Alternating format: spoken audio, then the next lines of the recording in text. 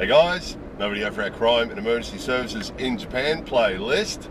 We're going to show you a video of a real crime happening in Japan in a moment. But first of all, just want to set it up so you know what the story was. About a week or so ago, we had the TV on, weren't really paying attention, it was the news. Japanese TV is pretty boring really most of the time, and the news is even worse. And there was a story came up about some guy that was wanted. And sort of any crimes related stuff's always sort of tweaks the interest a little bit. So sort of, okay, what did this guy do? So there's a picture of him up, and you know, it was Japanese TV, Japanese language, and the story came up, and the guy's picture, and he's wanted. There's a nationwide search for this guy, and if you see him, please don't contact him. Please just call the police and tell them that you've seen him. You know. And it was like, oh yeah, what did this guy do? So okay, turn it up, let's have a listen. And then they showed this video. Here it comes.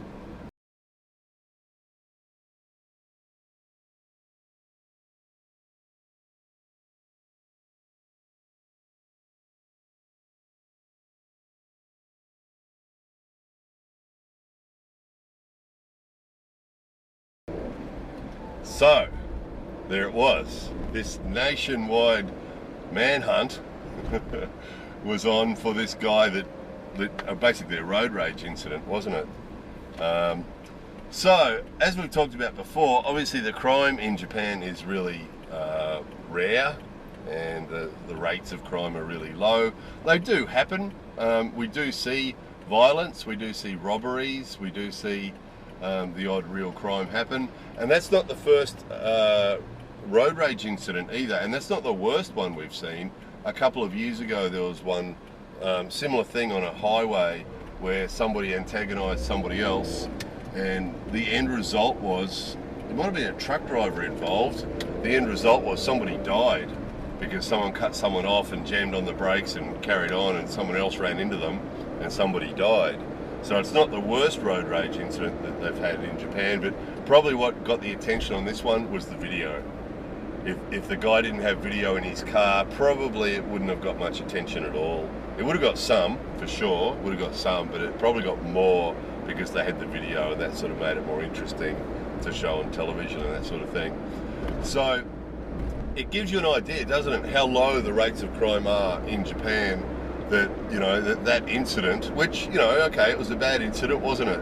But probably most of you would agree that in most countries that story wouldn't result in a nationwide manhunt, and it wouldn't be headline news, and you know, it wouldn't be a real big deal, would it? In a lot of countries it'd be sort of not an unusual thing, which is sort of sad in a way, isn't it?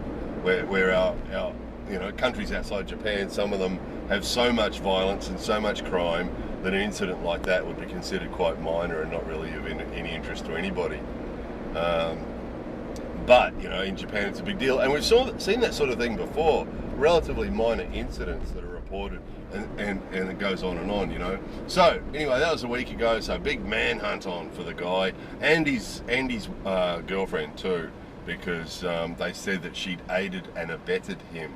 So, because after that incident, he became a wanted man, and she was still involved with him, so they're saying she aided and abetted him, so they're after her too. So then in the last couple of days, what we've seen reported was they got him, right?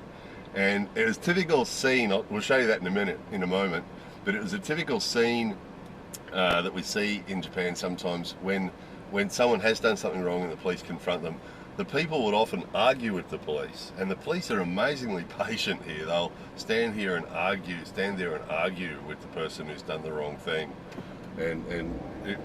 So anyway, have a look. You'll see what's going on. They've got him, and they're arresting him, and he's arguing with them. So you'll see him, and you'll also see his girlfriend. So anyway, here we go. Have a look at this.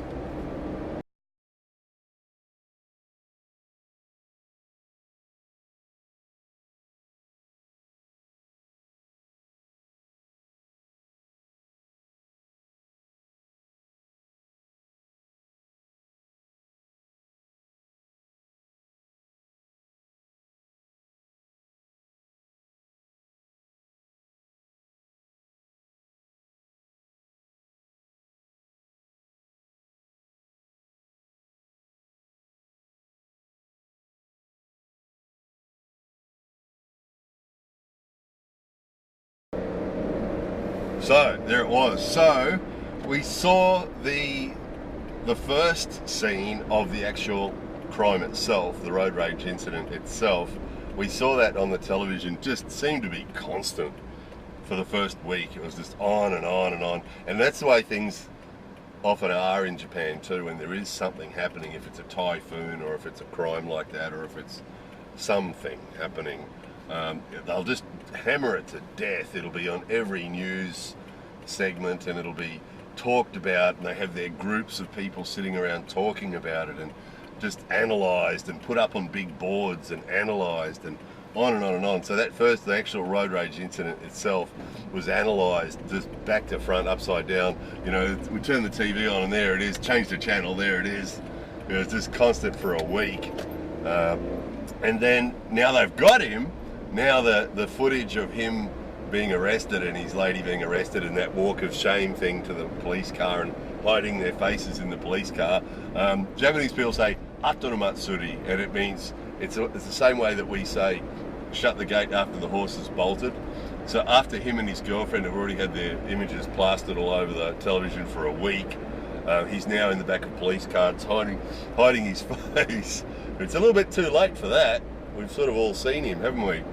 So now we're seeing it just analysed backwards and forwards and upside down, and they're talking about the increasing amount of aggression on the roads in Japan. Now, we have actually spoken about this on previous videos, that we're noticing it too. We're noticing it too over the last 10, 15 years. It does seem to have increased the amount of aggression on the road. It's still really rare. I mean, you know, anyone who's lived in another country, in other countries, will probably, unless it was Greenland or somewhere like that, Iceland or somewhere like that, or some really passive place, you know, you'll be surprised at how mellow it is here. You know, road rage is pretty rare. Occasionally you will get some aggressive dick like that guy on the road, but usually what happens is nobody else responds to it. You know, now and again you'll get some guy cutting in and out and being aggressive, and everyone just lets him go, and no one bites. And as a result, guys, there are dicks like that behave really badly all the time because they never get called out. Everybody goes, oh, and just sort of lets them go, and no one calls them out, which sort of makes you wonder, you know, you get mixed feelings about that, because yeah, you're being a dick because no one's calling you out on it. You know, we made a video a while ago about shy boys and rude dudes, and rude dudes in Japan really do thrive because no one calls them out. Everybody just lets them be a rude dude or an asshole or whatever they're being, and no one calls them out, you know.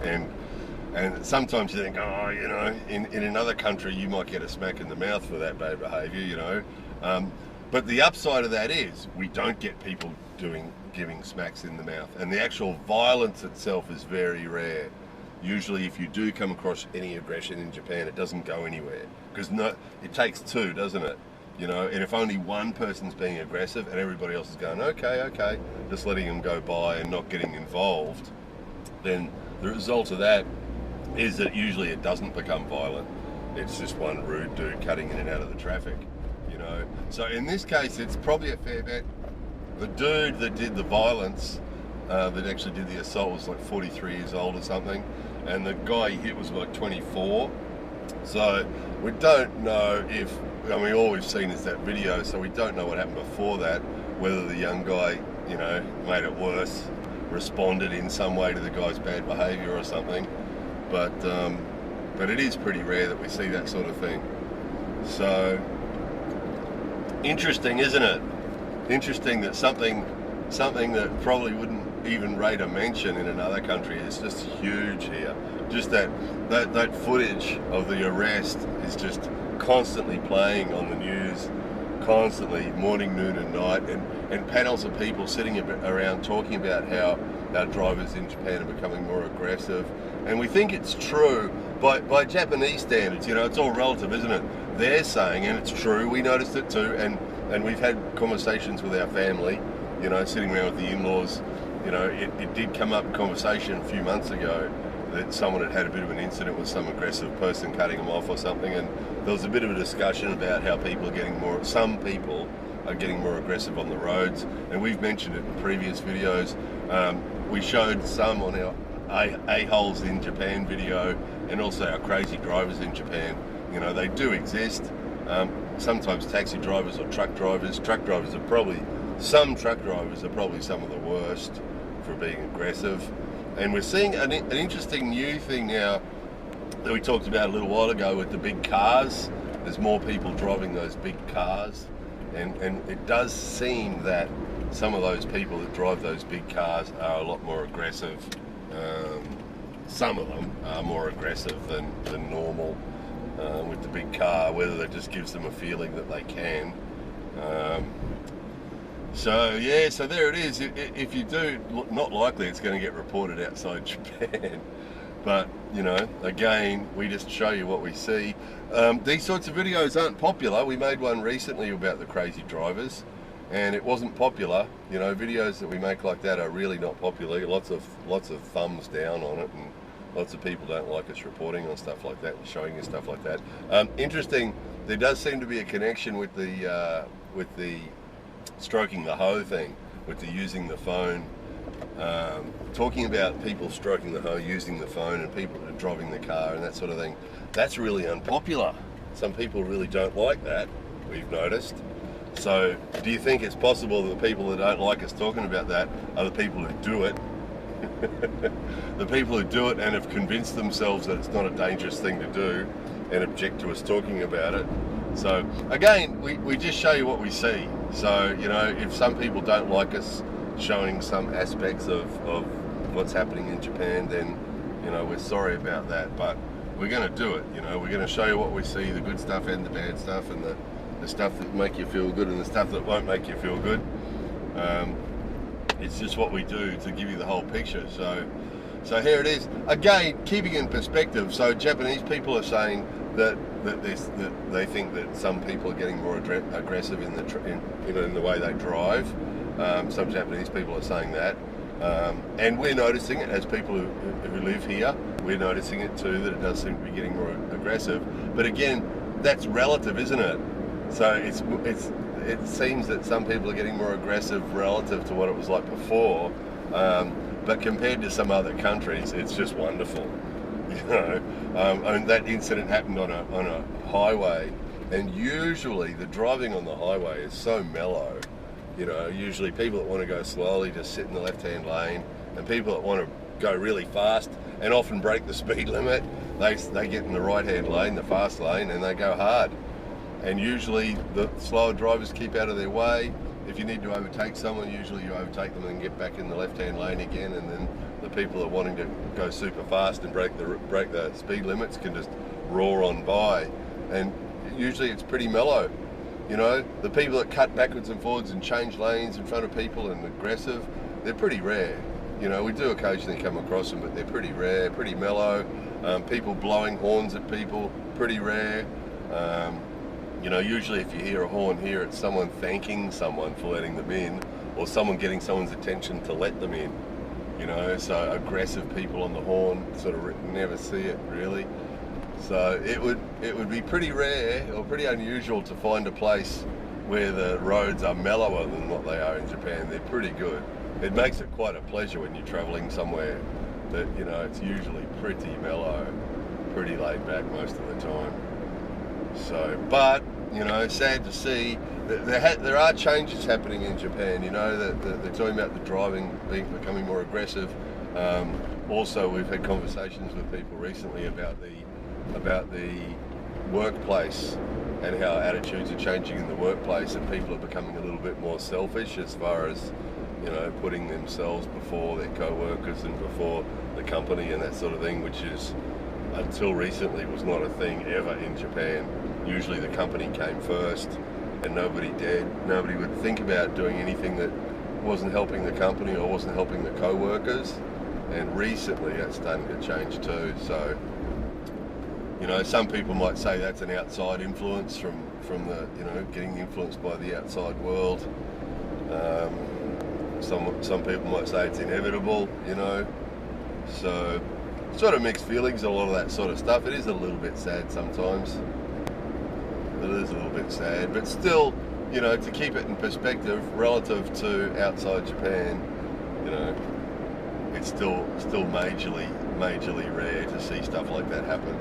So chances are, if you come to Japan for a visit, you won't see any road rage or any aggression. It's quite common to go for long periods of time here without hearing any sort of aggression at all. No raised voices in shops, or nobody getting aggressive at anybody. Family members getting aggressive at each other in parks or anything like that. It's really rare, because Japanese people are usually very conscious of not upsetting anyone else, and the result of that is that aggression is really rare, and that's why this is such a huge story. You know, that would have been absolutely shocking for Japanese people to see someone punching someone in the face. You know, most Japanese people would never have seen such a thing in real life, ever. And to see video of it happening to someone would have been really super shocking to most Japanese people. Just the worst thing they'd ever seen to a lot of them, you know. So that's why it's good, really, isn't it? When you look at it like that, it's pretty good, really, that we live in a place, 127 million people, you know, and then you get, you know, the odd dick. You're going to get dicks, aren't you? Any society is going to have a-holes. You know, we talked about that in that A-Holes in Japan video, which is on the Myths playlist, incidentally, because, you know, we do hear people making big generalizations. There's no crime in Japan, and everyone in Japan is nice and polite and all this sort of stuff. And it's sort of, yeah, you can sort of see why they're saying that, but it's not true, is it? That's a myth. You know, not everyone in Japan is a good person. There are A-holes here, because they're human beings. And any group of human beings anywhere in the world is going to have a certain percentage of a-holes, aren't they? The difference is that the a-holes usually here are very low profile. You know, in some countries the a-holes are really loud and obnoxious, and it's pretty hard to get through a day without encountering one. But here, because most of them are pretty quiet, you know, most of the a-hole behaviour is usually fairly passively, quietly done. You know, and it's really rare to actually hear it or see it. So that's the difference. They're still around, you know, and that's why occasionally something like that will happen. And there are crimes too. Occasionally a convenience store will get robbed.